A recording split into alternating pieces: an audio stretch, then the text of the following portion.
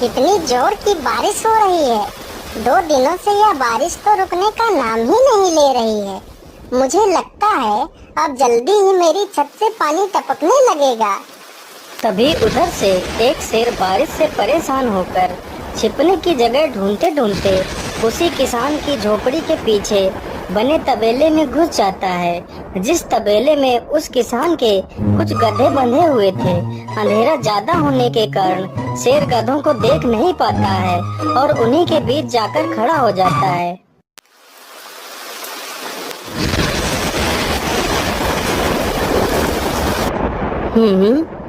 यहाँ से तो किसी मनुष्य की आवाज आ रही है।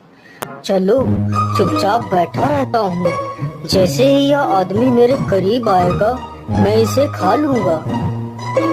हाय हाय हाय, यह बारिश कब रुकेगी? ऊपर से यह टपका भी आ गया। अब मैं क्या करूँ?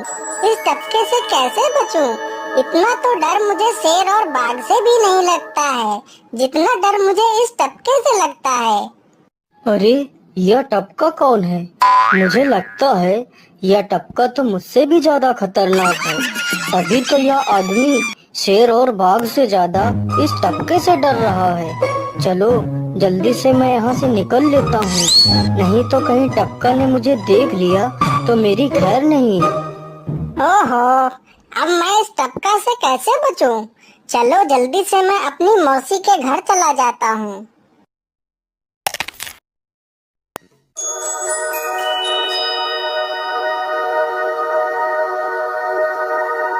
अरे चल चल गधे की औलाद, यहाँ पर छिपा हुआ बैठा है। अरे चल जल्दी।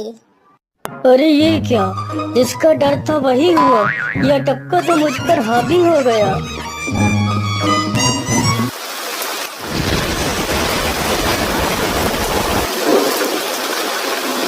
कैसे बचूं, कैसे बचूं? इस टपका से मैं कैसे बचूं? हे भगवान मेरी सहायता करो, मुझे इस टपका से बचाओ।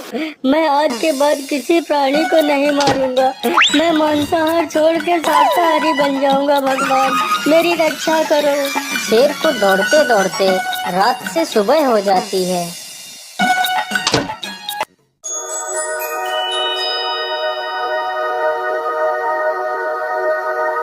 अरे देखो देखो, यह तो शेर की सवारी कर रहा है। अरे हाँ, सच में ये तो शेर की सवारी कर रहा है। इसे तो डर भी नहीं लगता है।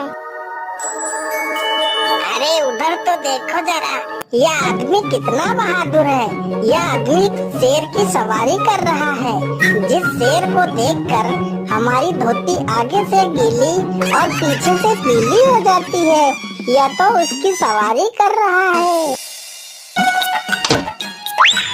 ये गांव के लोग भी ना पागल हो गए हैं, जो इस गधे को शेर।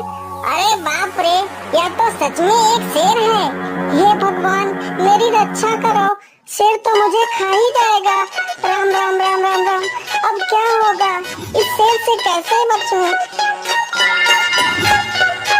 अरे यह तो एक बरगद का पेड़ है, यही अच्छा मौका है। जल्दी से इस बरगद की जड़ पकड़कर ऊपर चढ़ जाता हूँ।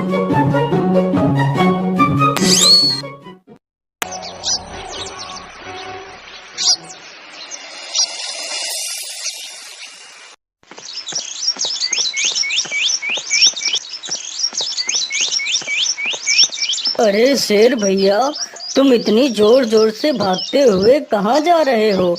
आप तो बहुत डरे हुए लग रहे हो। आप तो जंगल के राजा हो, आपको किसका भय है? टपका, वो टपका मेरी जान के पीछे पड़ा है। अरे शेर भैया, जरा मुझे बताओ वो टपका है कहाँ? अरे भालू भैया, वो टपका मेरी पीठ से उतरकर उस बरगद के पेड़ पर चढ़ गया है। उसने मुझे रात भर खूब दौड़ाया है। वो तो भगवान का शुक्र है कि मैं जिंदा बच गया। चलो शेर भैया, मुझे उस टपके के पास ले चलो, जरा मैं भी तो देखूं आखिर ये टपका है कौन। अरे नहीं भालू भाई, बड़ी मुश्किल से तो मेरी जान बची है। मैं अपनी जान फिर जोखिम में नहीं डालूंगा। तुम्हें जाना है तो जाओ। अच्छा अच्छा, ठीक है शेर भाई, तुम यहीं रुको। मैं अभी बरगद के पेड़ पर देख कर आता हूँ। आखिर ये टपका है कौन?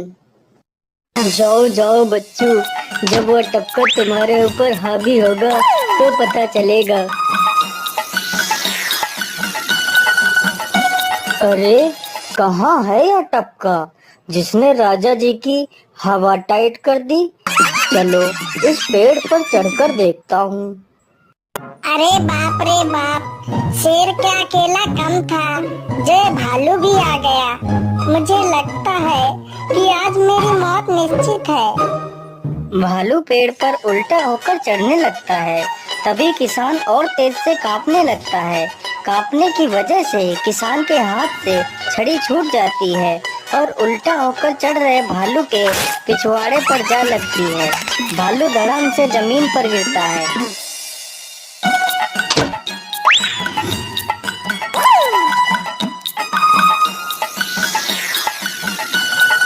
मुझे लगता है अब शेर और भालू दोनों भाग गए हैं। चलो अब जल्दी से यहाँ से निकल लेता हूँ।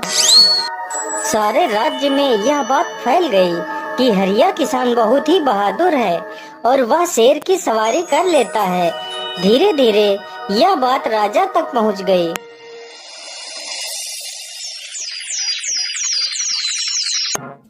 महाराज, क्यों न हम पड़ोस के गांव से हरिया किसान को बुलवा लेते हैं। वह बहुत ही बहादुर है। उसके बहादुरी के चर्चे तो पूरे राज्य में हैं। मुझे पूरा विश्वास है वह इस काम को जरूर कर सकता है। वह इस दुष्ट शेर को जरूर पकड़ लेगा। सैनिकों, हरिया किसान को आदर पूर्वक हमारे दरबार में पेश किया जाए। महाराज, आपने हमें याद किया। बताइए क्या बात है। मालिक, हमसे कोई भूल हो गई क्या मालिक? नहीं नहीं हरिया, तुमसे कोई गलती नहीं हुई है। यह कुछ लोग पड़ोस के गांव से आए हैं। इनका कहना है कि इनके गांव में कोई दुष्ट शेर आ गया है जो इनके पशुओं को उठाकर ले जाता है और उन्हें मारकर खा जाता है। हमने तुम्हारी बहादुरी के बहुत सारे किस्से सुने हैं। तुम बहुत ही बहादुर हो, इसलिए मैं तुम्हें उस शेर को पकड़ने की ये जिम्मेदारी सौंपता हूँ। अरे बाप रे बाप, उस बार तो मैं शेर के हाथों बच गया था, लेकिन इस बार मैं नहीं बचूंगा। अगर मैंने महाराज को सच सच बता दिया तो झूठ बोलने के जुर्म में मुझे फांसी पर ही चढ़ा देंगे।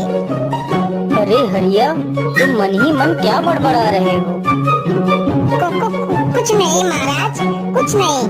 मैं सोच रहा था कि मैं शेर को कैसे पकड़ूं। ये लो हरिया, कुछ स्वर्ण मुद्राएं रख लो, ये तुम्हारे काम आएंगे। क्या करूं, कैसे पकड़ूं उस शेर को? ये महाराज ने भी मुझे कैसी दुविधा में डाल दिया है। क्या करूं, क्या करूं? हाँ, मिल गया। फिर हरिया बाजार से एक रस्सी और एक जाल तथा एक बकरी खरीद कर लाता है। चलो जल्दी से, मैं यहाँ पर एक गड्ढा खोद देता हूँ।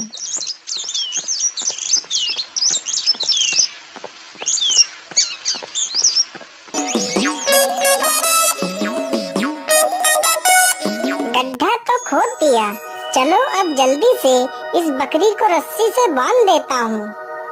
हरिया ने बकरी को रस्सी से बांधकर गड्ढे में खड़ा कर दिया और जाल को लेकर पेड़ की डाल पर बैठ जाता है। थोड़ी ही देर बाद जब बकरी को भूख लगती है तो वह चिल्लाने लगती है। अरे, यह तो बकरी के चिल्लाने की आवाज है, लेकिन यह आवाज आ कहाँ से रही है? आसपास तो कोई नहीं दिख रहा है। मुझे लगता है यह आवाज उस पेड़ के पास से आ रही है। चलो चलकर देखता हूँ।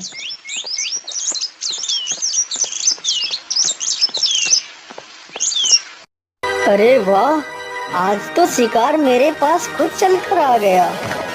शेर तुरंत ही बिना देर किए हुए गड्ढे में छलांग लगा देता है तभी किसान तुरंत ही बकरी को ऊपर खींच लेता है और जाल को गड्ढे के ऊपर गिरा देता है। शेर गड्ढे में ही फंस जाता है। यह देखकर गांव के सभी लोग बहुत ही खुश हो जाते हैं